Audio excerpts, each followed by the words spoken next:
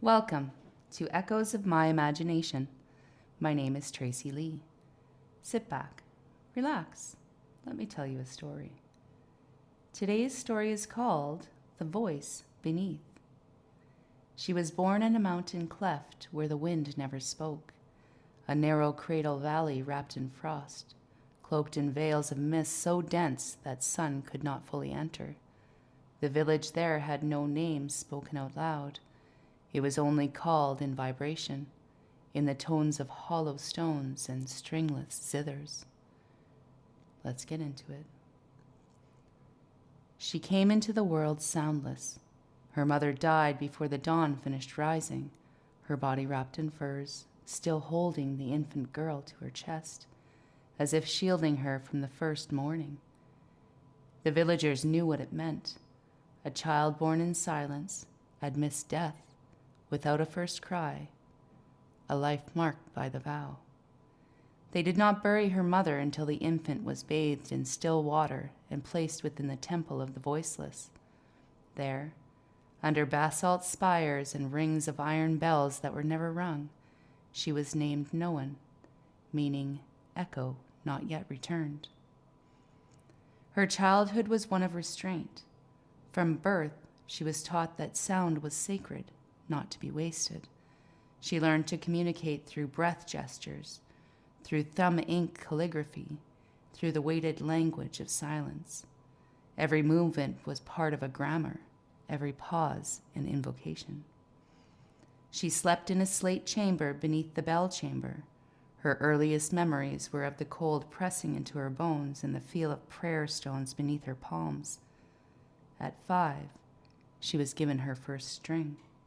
Not a toy, a length of obsidian cord woven from hair and melted sky metal, passed down from the elder priestesses. She was to wear it around her throat until the day she spoke, and the vow was clear. If she ever spoke before the rite, her voice would not only curse her, but fracture the mountain. In adolescence, she grew tall and angular, her body shaped like a tuning fork. Her presence spent rooms. Children became quiet near her. Animals did not flee. She learned the instruments of the order, the windstone drum, the silent harp, the resonance bowl. She never played them with sound. Each movement of her fingers released frequencies only detectable to those who had trained in silence. These tones were for healing, for memory, for locating cracks in the soul. But Noan was not content. By 15, she had begun to hear a low pulse beneath the mountain, a hum that grew stronger each session. It was not natural. She began to descend. Below the temple was a forbidden stairwell, the spiral of return, said to be carved before memory by monks who never emerged.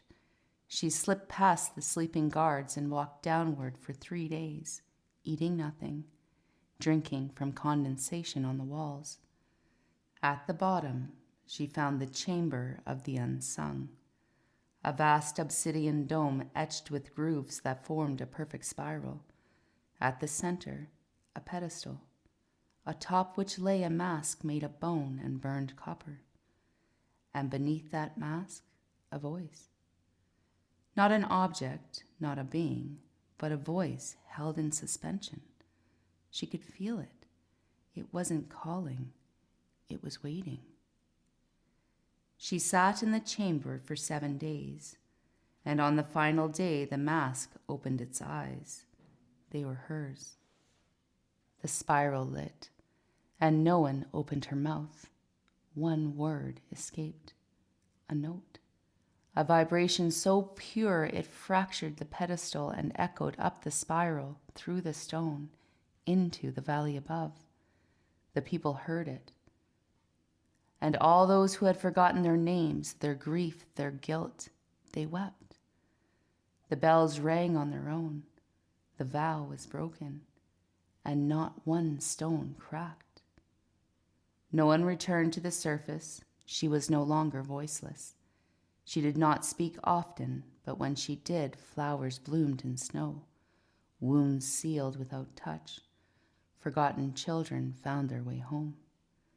They built a new chamber for her, not below, but high above, in the throat of the mountain. She taught the sacred tones to those who could hear silence. She died at 99, speaking her name only once. I am no one. I have returned. When she passed, her body became dust, but her voice remained, an eternal hum in the high places. Pilgrims still climb, hoping to hear it. Those who climb high enough swear the mountain hums back to those that listen. And that's it for today. Thank you for listening to Echoes of My Imagination. My name is Tracy Lee. Don't forget to subscribe, share, follow, and like, and I'll catch you next time.